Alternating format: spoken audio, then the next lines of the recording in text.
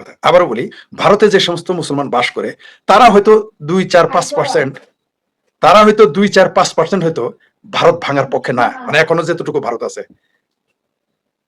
কিন্তু communist party যারা করে ভারতের যত রকম বাম আছে, সাদা, কালা, হলুদ, নীল, কালা, যে কোনো রঙের বাম, তারা 100-100 ভারত ভাঙতে চায় এখনো। এটা কিন্তু সত্য কথা। এটা ভারতীয়রা আমার কথা মানবে কিনা জানি না, যারা রাষ্ট্রবাদী ভারতীয় তাদের কথা বলছি, বামপন্থীদের জন্য বলি না, কারণ তারা সে মুখে স্বীকার করবে না। কিন্তু তাদের প্রত্যেকটা কাজ কর্ম এবং অন্তর একই কাজ, এটা আমরা জানি।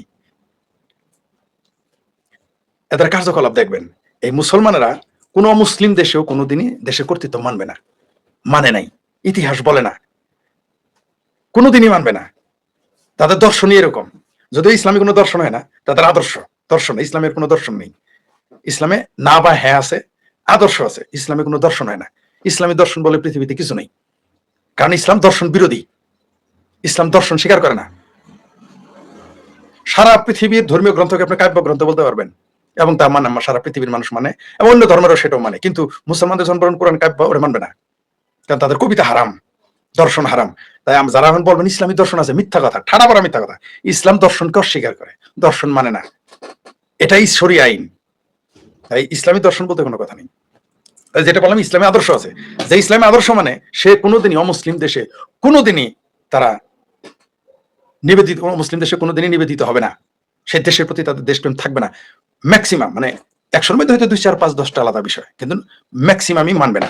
আর কমিউনিস্ট ভারতের যারা 1%ও ভারতের পক্ষে না তখন ছিল, না এখন আছে, না তখন ছিল, না এখন আছে, এটা আমি দায়িত্ব নিয়ে বললাম। কেউ যদি এটা নিয়ে ডিবেট করতেছেন আমার সাথে, ভারতবর্ষের কোনো বাম যদি থাকে, চিঙ্কু বাম পাঠাই দিয়েন, বা আমার রেফারেন্স দিয়েন, আমি বলেছি যদি মুরত থাকে আমার কথা যেন তারা ভুল প্রমাণ করে, যদি মুরত থাকে। আর আমার সাথে তো আসার মুরত তাদের নাই, কারণ জানে যে কাপড় চোপড় থাকবে না শরীরে যখন আমার সাথে ডিবেটে আসবে এই বিষয়টা নিয়ে। আবার বলতেছি দায়িত্ব নিয়ে, ভারতের মুসলমান 47 সালে অল্প হয়ে যদি এত বড় ভারতবর্ষ ভাঙতে পারে, তাহলে এখন তারা কি করবে চান্স পেলেই? আর আবারও সেই কমিউনিস্টরাই তাদের পক্ষে থাকবে। আর মাশাল্লাহ, এই কয়দিন আগের একটা ঘটনা জানলেন, 1% খ্রিস্টানের জন্য কংগ্রেস, সপা, পপা, মপা, ঘপা মার্কা যত ভারতের দল আছে সবাই হয়ে গেছে। তারা বিদেশ থেকে টাকা আসবে এটার জন্য সরকার একটা আইন করেছে, জবাব দিতে, এটা তারা মানলো না। 1% হিন্দুর জন্য তারা কাজ করলো, সরি 1% খ্রিস্টানের জন্য জান প্রাণ দিয়ে সপা, কংগ্রেস, বামেরা লেগে গেল। মুসলমানরা যেদিন এই ভারতে 50% হবে, ভারত অটোমেটিক্যালি গজওয়াতুল হিন্দ হয়ে যাবে, এবং তারা শরিয়া আইন বাস্তবায়ন করে ফেলবে। রাষ্ট্রে হবে কিনা জানি না, কিন্তু সমাজে, জেলায়, রাজ্যে কায়েম করে ফেলবে, আপনি ঠেকে দিতে পারবেন না। আর এই শরিয়া আইন তখন এই বামপন্থীরা কি বলবে, মুসলমানদের শরিয়া আইন নাফিজ করার অধিকার আছে। দেখবেন এই কমিউনিস্টরা বলবে, কংগ্রেসও তখন বলে ফেলতে পারে। কারণ এখনই যদি আপনি 25-20% মুসলমানের জন্য আপনি জান প্রাণ দিয়ে দিতে পারেন, 1% খ্রিস্টানের জন্য পুরো দেশকে আপনি দাওপে লাগিয়ে দিতে পারেন, তাহলে তখন 50% মুসলমান হলে কি করবে? কংগ্রেস তখন ডাইরেক্ট প্রয়োজনে তারা খতনা করা শুরু করবে, কংগ্রেসের নেতারা বামপন্থীরা মুসলমানি করা শুরু করবে। এখন তো গরুর মাংস খায়, তখন আরো কিছু, তখন গরুর মাংস দাওয়াত দিয়ে তারা প্রত্যেক অনুষ্ঠানই তারা পালন করবে গরুর মাংস দিয়ে, এই বামেরা, এই বিকাশ রঞ্জনেরা। আপনি নিশ্চিত থাকেন। যেটা বলতেছিলাম শিরোনামে, ধান বানতে একটু শিবের গীত গায়ে আমার একটু বদ্ধভ্যাস আছে। সেটা হলো যে ভারতের হিন্দুদের লস হয়েছে, 1971 তারা লস খেয়েছে হিন্দুরা, 47 তারা লোকসানে আছে, তাদের জমি জমা, তাদের দেশ ভাগ হয়ে গেছে। 47 পাকিস্তান স্বাধীন হয়েছে, কিন্তু ভারত স্বাধীন হয় নাই, ভারত টুকরো হয়েছে। আমার এটা মনে হয় আর কি, আপাতত দৃষ্টিতে লোকসান কিন্তু হিন্দুদের হয়েছে 47-71। আপনি দেখেন 71 সালে ভারতের কত হাজার সৈন্য বলিদান দিল, কিন্তু তার কোনো নাম নাই। সব বাংলাদেশের লোক পাকিস্তান পেয়ারি, এমনকি বামপন্থীরাও। এমনকি ওই যে যারা ক্লিন শেপ, আমার তো মোস আছে, মোস ছাড়া, দাড়ি ছাড়া ক্লিন শেপ কোটটাই পরা থাকে, তারাও দেখবেন পেয়ারা পাকিস্তানি, দিন শেষে মুসলমান থাকছে। আমারও বলি, কোন মুসলমান যে কোনো দেশেই থাকুক, যদি পৃথিবীতে যতই অল্প সংখ্যক থাকুক, অল্প সংখ্যক বলে তারা হয়তো চুপচাপ থাকে, কিন্তু সংখ্যা যখন বাড়তে থাকবে, গণতন্ত্র মনতন্ত্র কিছুই থাকবে না, সংবিধান এরা কিছুই মানে না, মানবেও না। এটা হচ্ছে মুসলমানের আদর্শ, ইসলামের আদর্শ। আবারও বলছি, ইসলামী দর্শন নেই। ইসলামী দর্শন বলতে সোনার পাথর বাটি হয়, এটা ইসলামী বলেছে, ইসলামী দর্শন বলে কিছু নাই। আবার আমার বললেন না আমি ইসলামোফোবিক, ঠিক আছে, এটা আবার বললেন না। আমি যা ইসলামের কথা সেটাই বললাম, ইসলামী দর্শন বলে কিছুই নেই। আদর্শ থাকতে পারে, ধর্ম থাকতে পারে, শরিয়া থাকতে পারে, কিন্তু আদর্শ এই দর্শন নেই। দর্শন আলাদা জানিস, ইসলামী ফিলোসফি বলতে কোনো ফিলোসফি নেই, ভুয়া কথা, মিথ্যা কথা। যেটা বলতেছিলাম যে ভারতের কিন্তু 47 সালে লোকসান হয়েছে, তাদের দেশ ভেঙে গেছে, তার চেয়ে বড় কথা 100 বছর কিন্তু হয় না, এখন মাত্র 80 বছর। প্রতি মুহূর্তে কিন্তু ভারত ভাঙার মতো অবস্থান হয়ে যায়। মূর্খের শক্তিকে কখনো ছোট ভাবতে নাই। আমি জানি আমার এই বক্তব্য শোনার পরে মুসলমানরা তো পাইকারি হারে গালাগালি করবে, যদি আমি সত্য কথা বলেছি, কারণ উচিত কথা অধিক অধিক তিতা, এটাই স্বাভাবিক। হিন্দুরাও গালাগালি করবে, তো আমি জানি। আর বামেরা তো যা মন চাই তা বলবে, বলুক, সমস্যা নেই। আমার কাজ হলো আমি ইনফরমেশন দিলাম, কথা বললাম, আপনারা মানলেন। ওই যে তাহারি মতো বলতে হয়, মানলে বুঝলে বুঝপাতা, না বুঝলে তেজপাতা। কিন্তু সামাজদার খেলে ইশারা কাফি। আমি আপনাদেরকে বিষয়টা উপস্থাপন করলাম আপনাদের সামনে, বিবেচনার ভার আপনাদের। তাহলে আগামী আর 1900, এই যে আর 46 আর 100 বছর, 1946, 2046 হইতে হইতে ভারতের কি অবস্থা করে ফেলবে না? সেই প্রতিপক্ষ কিন্তু একই, পক্ষ একই, প্রতিপক্ষ একই, কোনো পার্থক্য নেই, সেম কাহিনী ঘটবে যদি এখনই সতর্ক না হয়। ভারতটাকে আপনারা, আজকে দেখলাম একজন বলল, একজন পোস্ট দিয়েছে যে দেওবন্দ মাদ্রাসায় তারা গান গাইতেছে, জাতীয় সঙ্গীত গাইতেছে, ভারত ভক্ত। দেওবন্দ মাদ্রাসাতে কিন্তু পড়ানো হয় গজওয়াতুল হিন্দ, এটাকে আপনারা ভুলে গেছেন? তাহলে তো সমস্যা, এত ভুলো মনে হলে তো সমস্যা। 80 বছরের মধ্যে, মানে 10 বছরের মধ্যে তারা দেশ নিয়ে নিয়েছে। কত পার্সেন্ট ছিল মুসলমান হিসাব করেন। আর যারা 47-এ পাকিস্তান যায় নাই, সেই 90% পেয়ারা পাকিস্তানি কিন্তু ভারতের ভিতরেই বাস করতেছে, এবং তাদের আন্ডা বাচ্চা এখন পয়দা হয়েছে। তারা কি সুযোগ মতো সবল দিবে না? এবং দিবেই, দিতে চেষ্টা করবেই। ভারত কিন্তু ওই দিকে যাইতেছে। এটা কেন বললাম জানেন? আওয়ামী লীগকেও সতর্ক করছিলাম, বাংলাদেশ আওয়ামী লীগকেও সতর্ক করতে মানে নাই, শুনেও নাই, পাত্তাই দেয় নাই আমাদের। কিন্তু আবার স্মরণ করাই দিলাম, আওয়ামী লীগের সময় বারবার ছড়া লাগতাম একটা, যে সাপুষ বাপুষ সময় মতো সবল দিলে কাউকে যেন না দোষ।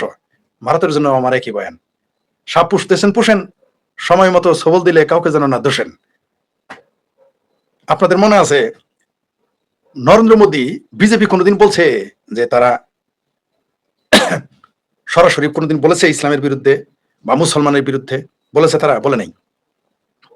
কিন্তু ভারতের অনেক নেতা, কিন্তু কংগ্রেসের নেতা কিন্তু সরাসরি বলেছে যে তারা হিন্দুর বিরুদ্ধে।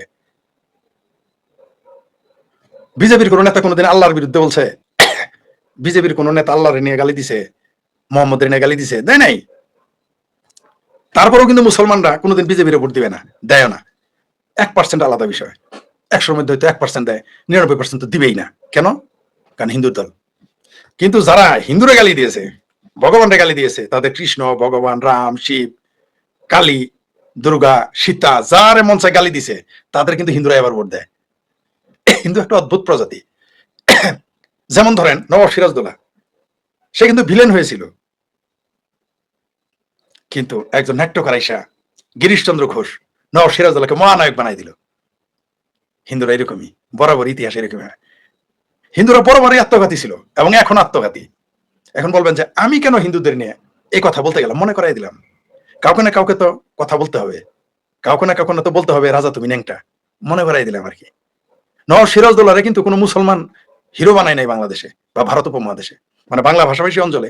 বাংলা ভাষাভাষী অঞ্চলের বাইরে নওয়াব সিরাজদৌল্লার কেউ চিনে না, এখনো চিনে না। কিন্তু আমাদের বাংলা ভাষাভাষী অঞ্চলে নওয়াব সিরাজদৌল্লাকে একজন হিন্দু নাট্যকার, কিংবদন্তি হিন্দু নাট্যকার, তিনি হিরো বানিয়েছেন, যেগুলো আমরাও ছোটবেলা ডায়লগ মুখস্থ করতাম। নওয়াব সিরাজদৌল্লা, বাংলাদেশে এমন লোক ছিল যে যাত্রা হলে নওয়াব সিরাজদৌল্লার অভিনয় করে নিজে নবাবই মনে করতো।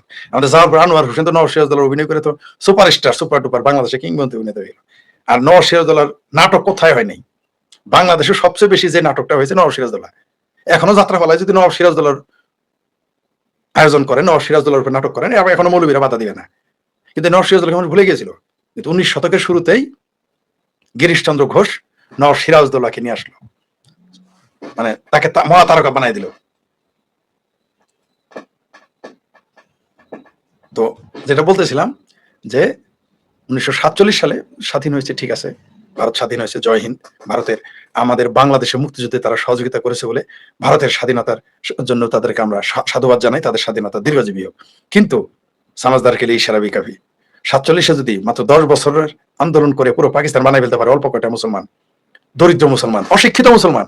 তখন মুসলমানরা ছিল দরিদ্র এবং অশিক্ষিত বেশিরভাগ। এখন কিন্তু মুসলমানরা ধনী, শক্তিমান, শিক্ষিত এবং বিদেশি ফান্ডেড। আপনি 1% খ্রিস্টানের টাকা ভারতে ঢুকবে, সরকারের জবাবদিহি তারা আনতে পারেন নাই, তাহলে 22% থেকে 25% মুসলমানের জন্য যে টাকা আসবে সেটা আপনি কিভাবে ঠেকাবেন? পারবেন না। তাহলে ফলাফল কি? সমাজদার খেলি সারা কাফি। জি, দুই একটা কমেন্ট নেই দেখি। জি, আমজনতা লাইভে যাচ্ছে কিছুক্ষণ, এই 2 মিনিটের মধ্যে যাইতেছি। একজন হচ্ছে বিএনপি সরকার 32-কে বাংলাদেশ নিষিদ্ধ করে ফুল দিলে বলে যে সন্ত্রাস বলে। হ্যাঁ, বাংলাদেশ এখন ফুল দেওয়া সন্ত্রাস, আর জঙ্গিরা যখন কিছু করে ওইটা হইলো ওইটা পেয়ারা পাকিস্তানি আর কি।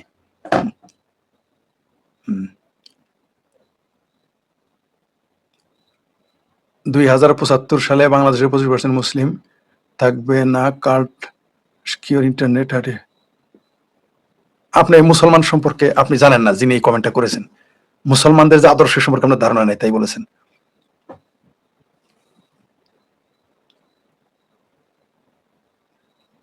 (1947 সালে ভারতে মোট, একজন লিখেছেন BT 350, 1947 সালে ভারতে মোট 20% মুসলমান ছিল, যার অধিকাংশ পাকিস্তানে যায়নি। যে 28% ভারতে ভূমি গেছে। এবার কয়ত অংশ নেবে তার কোনো ঠিক নাই।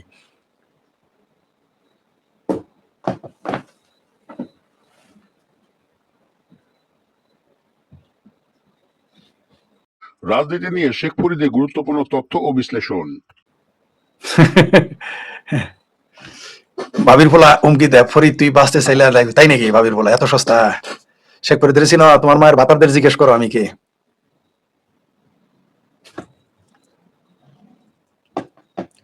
হ্যাঁ, আবুল কালাম আজাদ, যিনি একজন সৌদি আরবের জন্ম, ভারতে এসে শিক্ষামন্ত্রী, শুধু একজন না তো, 5 জন শিক্ষামন্ত্রী ছিল মুসলমান, এবং তাদের মধ্যে কয়েকজন যারা পাকিস্তান চাইছিল। তখন মুসলমান 20% না, আরো কম ছিল 1947-এ।